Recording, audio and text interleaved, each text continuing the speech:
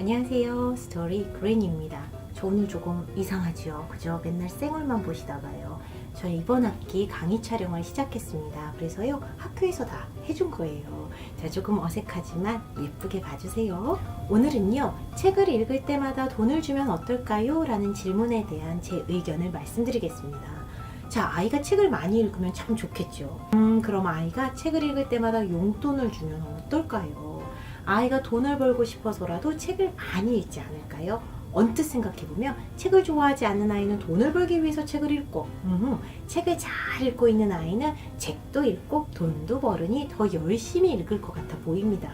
여러분 어떻게 생각하세요?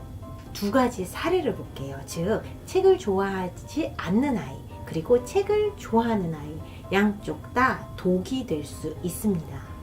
이 상황을 설명하기 위해서는요, 우리가 동기에 대해서 잠깐 이야기를 나눠야겠는데요. 단순하게 무엇인가 하고 싶어 하는 것을 동기라고 할 수 있습니다. 그런데요, 동기는 여러 가지 모습으로 발현되는데요.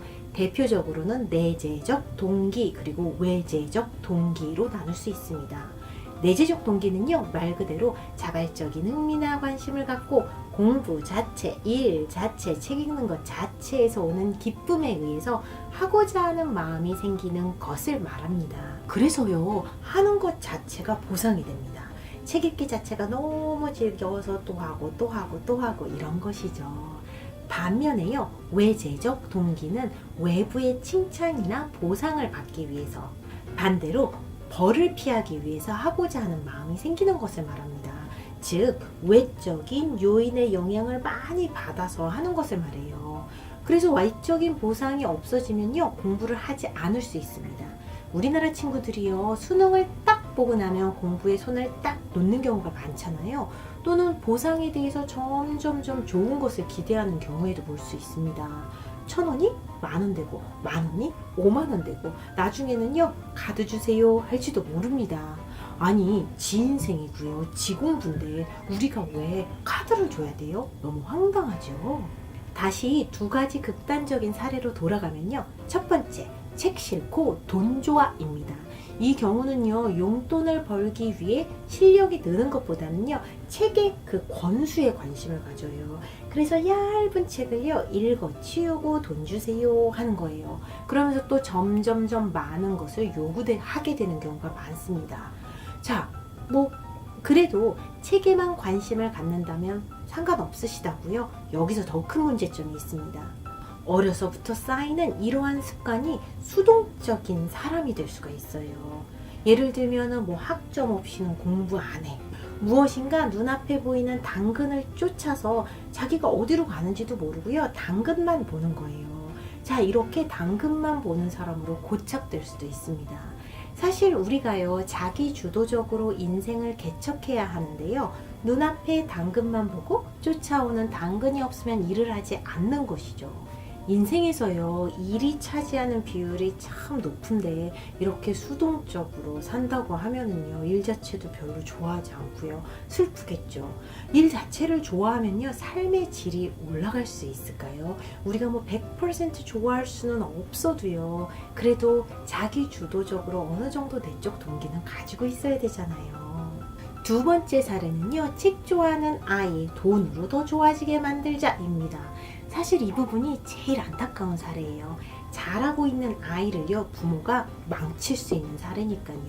이 영어책 좋아하는 아이가 있어요. 이 아이는요, 기분에 따라 오늘은 1권, 내일은 2권, 어떤 날은요 3권도 읽고 그래요. 그런데 부모님의 입장에서는요, 이 친구가 매일매일 2권씩 2권 이렇게 읽으면 좋겠는 거예요. 그래서요, 부모님이 매일 책 2권을 보면 1,000원씩 준다고 해요. 아이도 처음에는 기뻤습니다. 내가 1,000원 받으면 이거를 또 모아갖고 책을 사야겠다, 이런 기특한 생각도 하고요. 하지만 자꾸 그 1,000원에 신경이 쓰여요. 3권 읽고 싶은 날이 있는데요, 그날도 2권 읽었으면 1,000원 받겠다, 그만해야지, 이런 생각하고요.